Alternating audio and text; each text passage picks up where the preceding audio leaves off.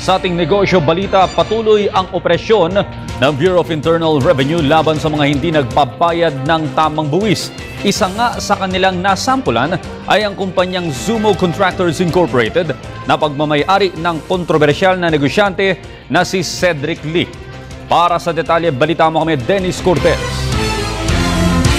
Walang tigil ang operasyon ng Bureau of Internal Revenue laban sa mga hindi nagbabayad ng tamang buwis. Tax evasion ng ahensya ang negosyanteng si Cedric Lee. Batay sa investigasyon ng BIR, mula noong 2006 hanggang 2009, kumita ng 302.63 million pesos ang Zumo Contractors Incorporated na pagmamay-ari ni Lee.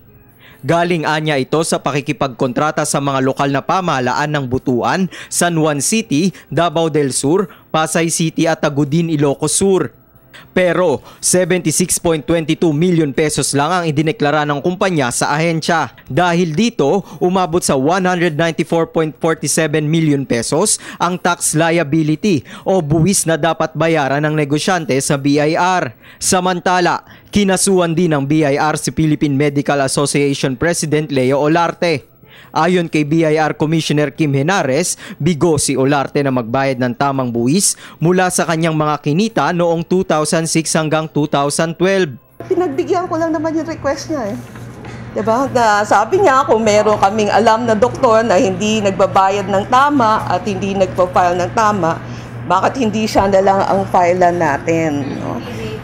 Siya mismo, diba? I think you can review all his statement, right? And he said that rather than mangdamay pa siya ng ibang tao, di ba? Ditingnan na lang muna natin yung nagsasalita, di ba? So, yun ang request niya. So, yun naman ang pinagbigyan namin. Matatandaang si Olarte ang umaalma sa tax campaign ad ng BIR laban sa mga profesional na hindi nagbabayad ng tamang buwis. 1, 2, or 3 doctors na exceptions should not be the basis for a sweeping accusations na masisira ang magandang pangalan, ang dignidad, ang honor ng medical profession. Napag-alaman din ng BIR na isa ring abogado si Olarte. 2.93 million pesos ang dapat bayaran na buwis ni Olarte sa ahensya. Para sa Telebisyon ng Bayan, Dennis Cortez.